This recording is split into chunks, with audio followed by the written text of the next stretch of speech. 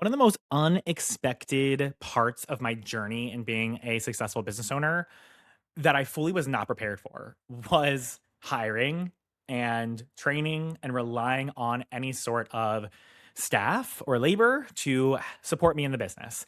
And it's already like a scary concept in the first place, right? Like, I think like the traditional things that we all grow through when it comes to this topic is like, how can I trust somebody to do my social media as well as I do, right? I think that that's like the main big thing. Like, how can I make sure that I don't have to micromanage this person? How do I make sure that I get a return on investment from this person? How do I even find the person? Like all that stuff, like, yes, is very uncomfortable and like not fun to have to deal with. And it holds you back from doing it. But then when you actually do it, there, I did not, I got fully like smacked in the face with like my lack of experience and understanding when it came to how to actually effectively lead a team and get the most out of a support staff member. And I want to be clear here that in this episode today, I'm going to be talking about hiring support staff and like what that actually looks like. If you're ready to do so, how you go ahead and do that in the best way possible, how to ensure your return on investment, all that good stuff. We're going to be covering it with you today, my friend. I want to be clear that this is about support staff. And when I say a support staff, I am talking about people who aren't necessarily generating revenue directly in the business. So, from our perspective as a beauty industry or a salon, whatever it may be, a money generating operator looks like a stylist behind the chair. It could possibly even maybe look like an assistant in one way or another. But what I'm more talking about, let's say from a salon perspective, is like a receptionist, or I'm talking about like a virtual assistant or a social media manager. Like that's what we're going to be covering in today's episode. And it's something that I wish that a lot more six-figure beauty business owners had on their radar or thought about as a long-term goal, because there's at a certain point you only have so much time to do the highest leverage tasks in your business or to be as consistent in them as possible. Or once you get to a certain price level, it's going to require a higher volume of leads to be able to actually get more people in who are willing to pay those prices.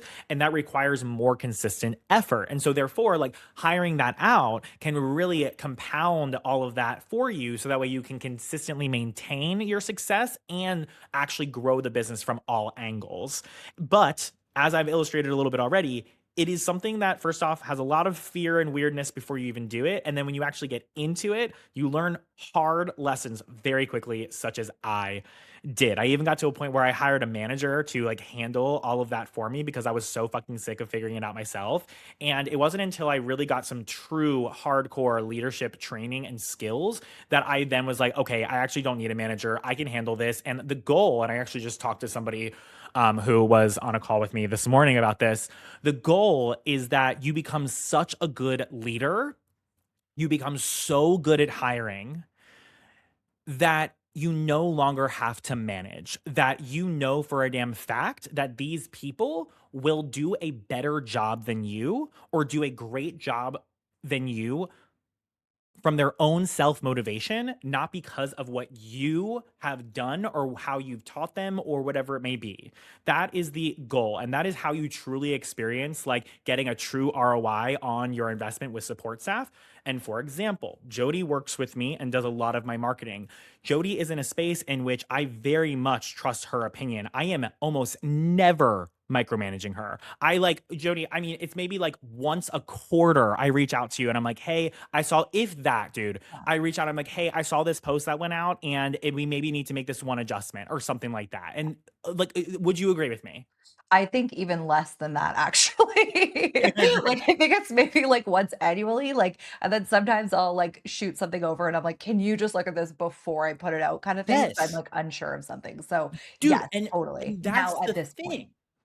And that's the thing, right? Like I like Jodie is so fucking good that I know that whatever she puts out there is going to be fucking great and even better than what I could have done myself. And that is the goal of hiring support staff, is to hire somebody so fucking good that you basically don't need to micromanage them or manage them and you fully trust them even more than you. That is how a true company actually scales and grows and how you as a leader can actually take a step back.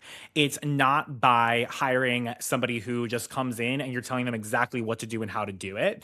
It's by adding people who are actually going to add more value to the company, but it requires you showing up as a great leader, understanding your own company, your own needs, what role you're going to be hiring for, and being able to understand and track, like, am I getting my ROI? And so I'll be sharing with you guys, I just did a full blown, like, advanced in-depth masterclass with our mastermind members because a lot of them have hired support staff or are in the middle of doing so right now. And I wanted to break down with my years of experience at this point and like very hard lessons. I wanted to break down what this looks like, how it's effective, and all of that good stuff. So that's what we're going to be sharing with you guys today. So the first part of just hiring support staff is figuring out like what you're actually hiring for. Okay. And so I say that you need to find like what the gap is that you're kind of trying to fill. All right. And so in my experience, I find like there's three types of gaps. There's the volume gap, where it's like if you did more of it consistently, it would grow the business even more. So, for example, let's say that you're posting on social media as much as you are right now to the capacity that you have, but if you did it more than what you're already doing, then you would absolutely grow even more. You're just capped out at the amount of things that you can already do by yourself, right? Then we have low leverage tasks. So these are things that are just maintaining the business instead of actually growing it. And the reason why it's very important to fill in this gap is because you, as the leader of the business, your time and energy and focus should be spent in the highest leverage task, which looks like networking, overall new spaces and ways of growing. It should be just giving a great client experience. It should be taking education and being able to actually execute and implement it. And every time you spend any second doing things that are only maintaining the business, such as client communication, bookkeeping, whatever it may be, you're actually just flatlining it and you're just staying the same, and your time could be spent in a much better way that actually grows the business instead of just maintaining it. So those are the low leverage tasks. That's like one of the gaps that we can have. And then a skill set gap. A skill set gap looks like there's something that the business needs that you genuinely can't or shouldn't learn yourself. So this could look like an accountant, right? Like, this is somebody who has a lot more expertise than you, and in somebody where they will absolutely by far always do a much better job than you in this space. And I would rather you spend more time working, making the money to pay for somebody to do this. So that way it's done much better than you can do it, right? So an accountant is a really great example of this. I mean, you're probably going to save a little bit more on taxes. You're going to make sure that you're legally aligned, all of those good things. So we have the volume gap, the low leverage task gap, and then the skill set gap. And you want to figure out when you audit yourself and when you're thinking about all the different things that you have going on in your business, which one of these gaps do you have right now for the specific thing that you may want to hire for? If it's volume or if it's low leverage tasks, so if it's things that if you did more consistently, or if it's things that are just maintaining the business, I think it's very important that you ask yourself first, have you tried to first systematize it and automate it yourself before you start to hire it out?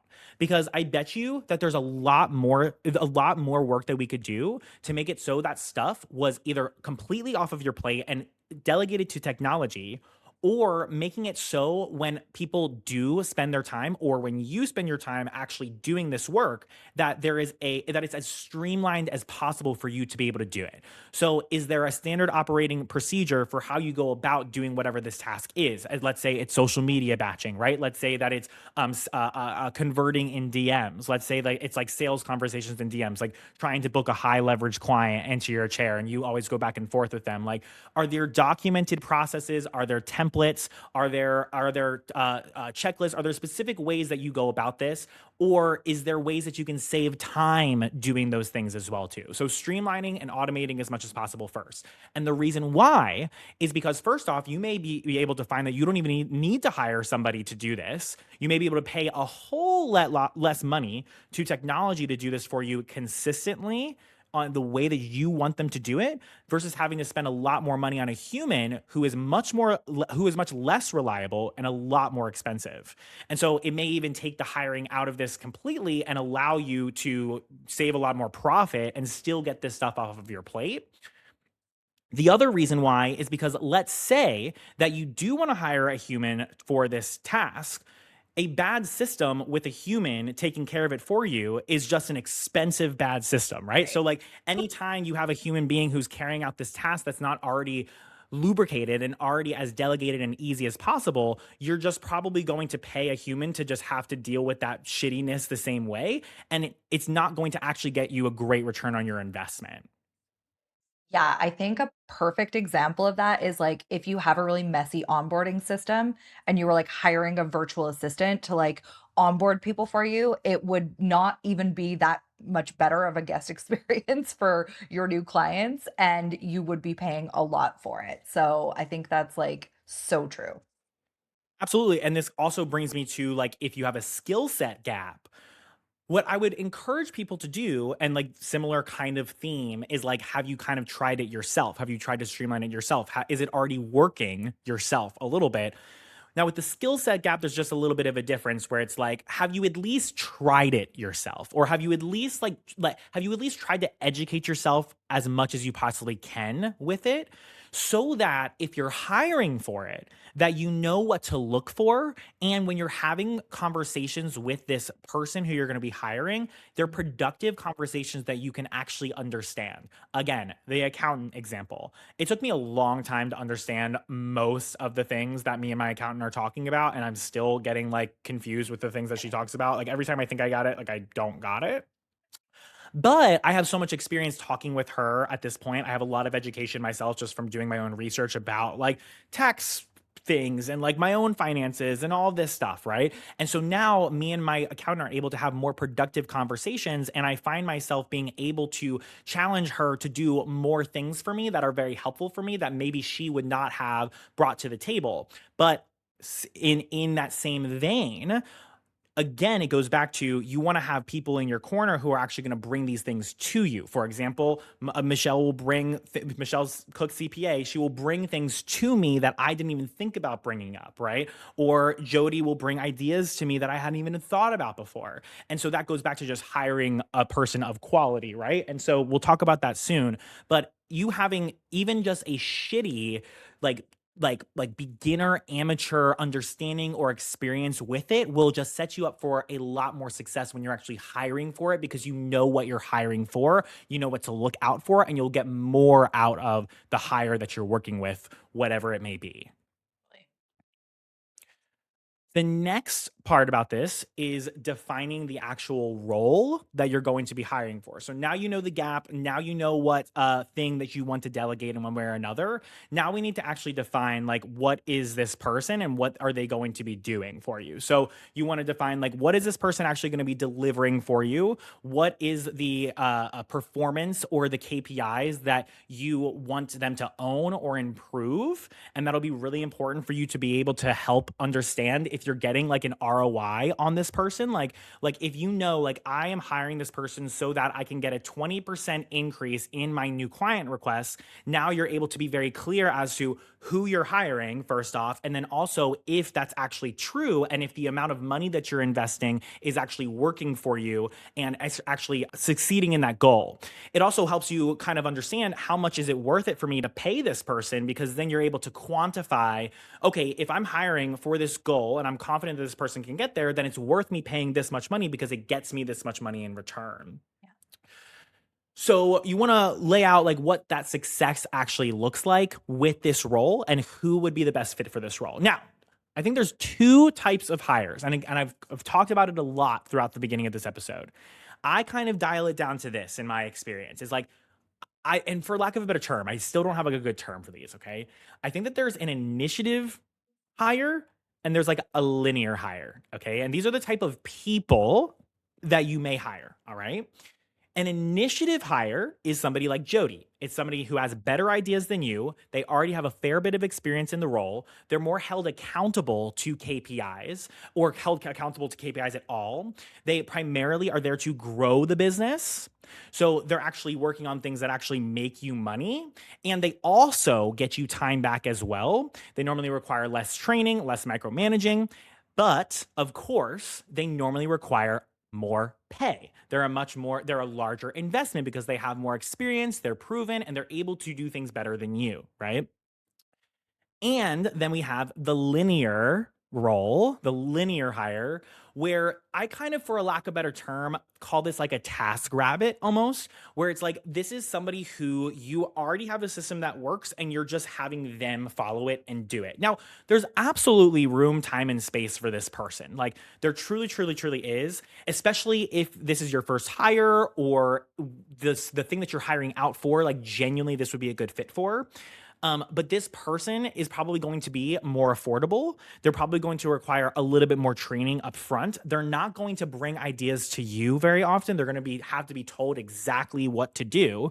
But if you have a pretty strong system that you're handing this person and they're able to just follow it step by step by step, they're getting you a lot of time back. And so if that time is very valuable to you and you get it back, then you're able to invest it in other things. And then therefore this hire doesn't get you direct return on investment, but they get you long-term return on investment because that time back is so valuable in being able to grow the business. So we have the initiative hire, more expensive, there to primarily grow the business. And normally there's certain KPIs that you have in mind for this person to be able to actually improve or set goals for, versus a linear hire. I'm going to just throw out there like a receptionist, right? Like a receptionist is there to be able to manage client communication and to be able to get people booked. That is something that you could look at as like a linear hire, something that's getting you time back, not necessarily growing the business. But a linear hire can turn, and that type of person can actually grow into an initiative role, depending on how you set up the role, what their responsibilities are, but also how long that person stays with you and how much they grow within it. Like I know that I absolutely have people who I hired as linear hires who like just here's the system, here's the task, and they just get it done exactly how I tell them to do it. But then eventually they're working with me for so long, they understand me so well, and I grow as a leader and I understand more of what I even need in my business. And then that person now I'm able to trust with coming to me with ideas or they go above and beyond because now they have so much experience in the role and they know what needs to happen for it to happen better and smoother. And so it can grow from like this space into something that is even better for you. And that's a beautiful thing for you as a business owner if you want to start off a little bit more affordable and maybe grow with this person and this person grows with the business eventually. Do you have any thoughts on anything I just shared, Jodie? No, I agree with all of that. I actually like those names a lot. I've never heard it put quite like that, and I think that's a really good way of describing it. And I guess my only other thought is, yeah, I think classifying it correctly is so big because just like with the business I'm in, I've had a lot of times where people come to me and they're dissatisfied with previous experiences with like a social media manager or marketer, but they've very much done what you said, and they've kind of like put a linear person, but without a really great system into that role and then been disappointed. So I think having the clarity of like what it's for, what's the goal, how do you measure if it's working is huge. Yeah, dude, and being very, especially if you're gonna be working with a contractor, which is 90% of the time what we're talking about in Yeah, this circumstance, unless it's like an in-person salon receptionist.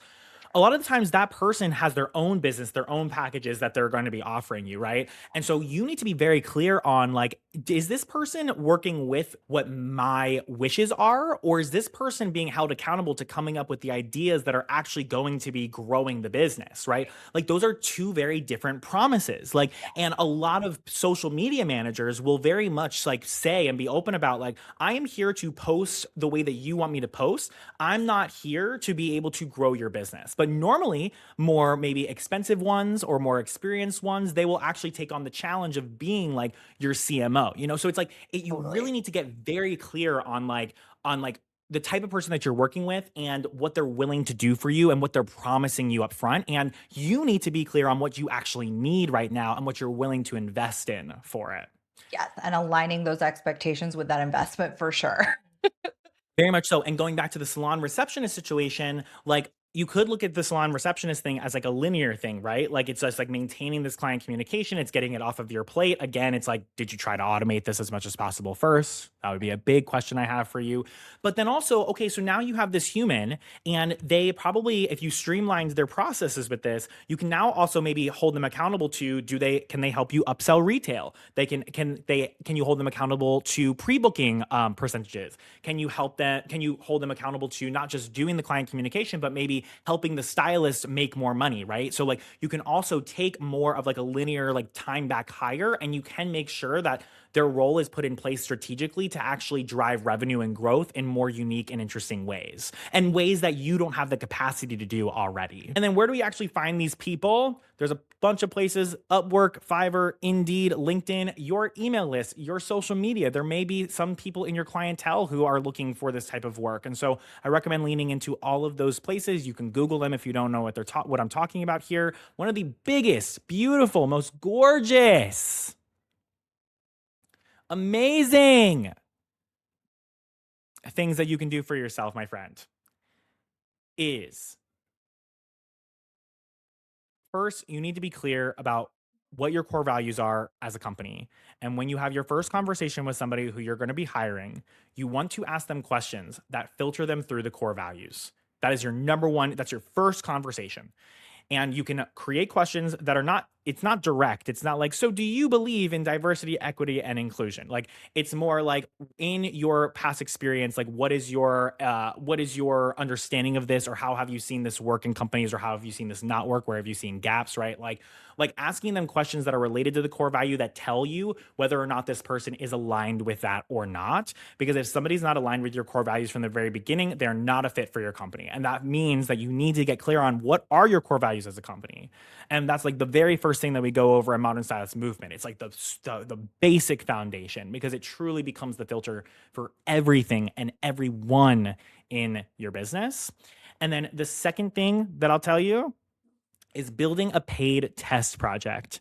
So in order to prove the core values, in order to prove the efficiency, this person being able to get this done within a reasonable time frame, but then also doing it well, of course, building some sort of small paid test project for this person to do, mutually agreeing upon the fact that this person is willing to do it, and then giving them everything that they need to actually execute that, and then seeing how well they do will give you a very good idea of if this person is right for the role or not.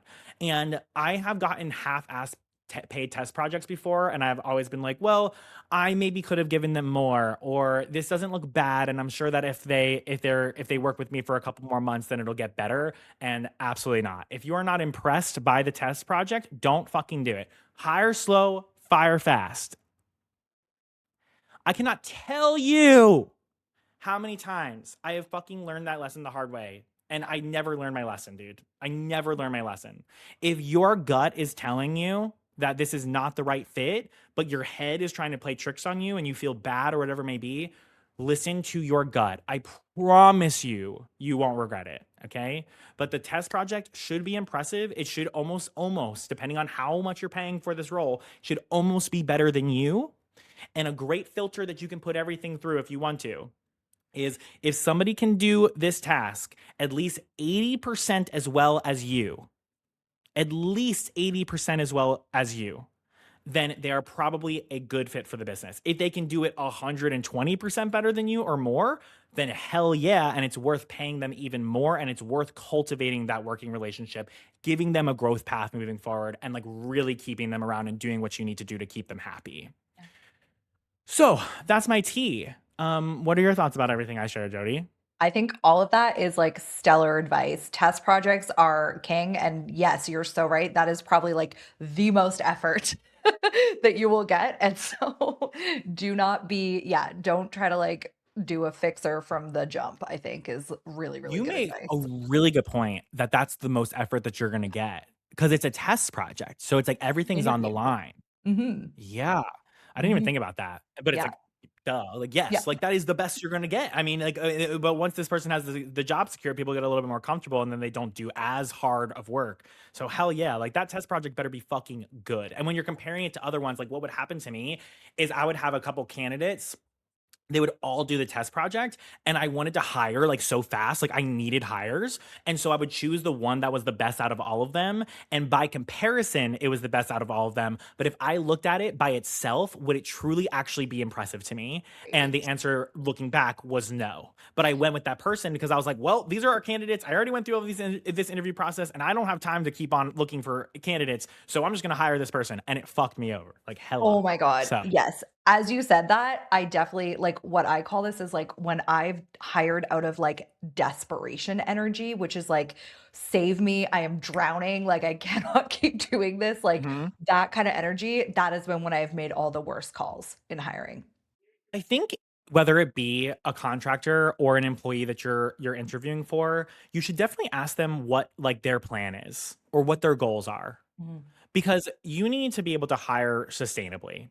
And I'll tell you, hires that even were great with me that didn't end up sticking with me for a long time, a lot of the times the relationship did not started to just not make sense for either of us because the person had different long-term goals. And so then their heart was not in it as much as it was when I first hired them. And so Mhm. then eventually they would go, I would bless and release them because I was like, you are going to be so much better going and doing whatever you're passionate about right now. I need somebody in my business who's like, your head is here, Right. you know?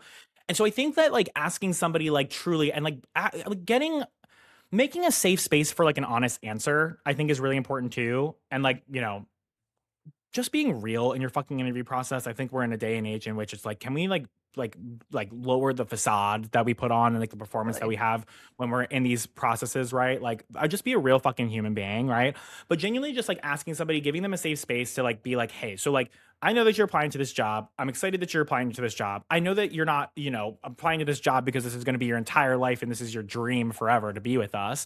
Like what is it that you truly want in your life, in your business, or like or in your, because this is a contractor, right? Like what is it that you have as your goals with your own company and your own contracting work in the long term? Like I'm curious, like, or if it is an employee, like asking them like what does like a dream career look like for you? Like do you and asking them like are you wanting to be in a role in which like it is very easy, you just show up, like you're told exactly what to do and you do it well, or are you in a space in which you would like a little bit more of a challenge and you want to get held accountable to certain things and like you want to help grow a company instead of just being a part of it? And like there's no wrong answer. Like I think that those types of things to be able to help you hire well, just not right now, but for the long term, I think would have saved me a fair bit of scrambling of having to replace roles Right. later on. Yeah, especially, like, essential roles, it can definitely be that can be a lot for sure. Yeah, and I think I think one of the biggest questions that I maybe didn't answer is like, are you ready to hire? Yes. What are your thoughts about that? I think that throughout this conversation, like, it genuinely has really like, by highlighting the gaps, I do think that, you know, someone listening has a pretty good idea of whether or not they are ready to hire, whether or not they need to hire. Maybe we could go through a little bit of like a checklist. So if you if you have this, if you're at this point, then you might be ready to hire. Like what does that look like? How do you know that this is something that you would benefit from bringing in another person? I agree that I think it goes back to the figuring out what the gap is that you're Yeah, trying to hire for, because you also need to figure out like what is the goal in then filling that gap. right. So it's like, okay, you're doing these low leverage tasks. What is the goal? And if that means because okay, and this is something I kind of had to learn the hard way, or I understood later on that I have to be intentional about, which is when you get the time back, what are you gonna do with the time? Right. Yes. So, as I've already illustrated, you have these low leverage tasks. So, let's say that you're hiring out for low leverage tasks, right? Great. You have time back. You get to decide one of two things. Am I going to take that time and am I going to take a step back from my business and take that time to actually just relax and not work? Mhm. Or am I going to take that time back to actually reinvest back into the business because you have two resources, money and time is a huge resource for you to be able to actually grow the business. Now you have some of this time and this brain space back. Am I going to reinvest that time not by doing these same old tasks, but now by doing tasks that actually grow the business? Like, have you? I'm sure that everybody here has like I wish I had the time to do that, or that would be really nice to have, or like that would really help, but I just don't have the time for that right now. Those are the types of things that you could be doing if you hired out whatever it is that's taking up your time right now. Are you going to take that time back and intentionally move forward by actually doing those things when you have that time back? Or are you going to take that time and not work? And that's both both answers are completely valid.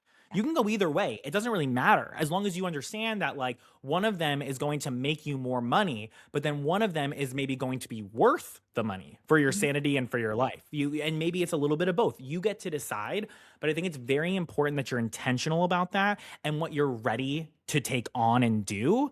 And I think when you hit a glass ceiling where like you're already spending so much time in your business Yeah. and you're starting to feel those feelings like I could do more, but I'm already so busy with these things, that's a really great sign.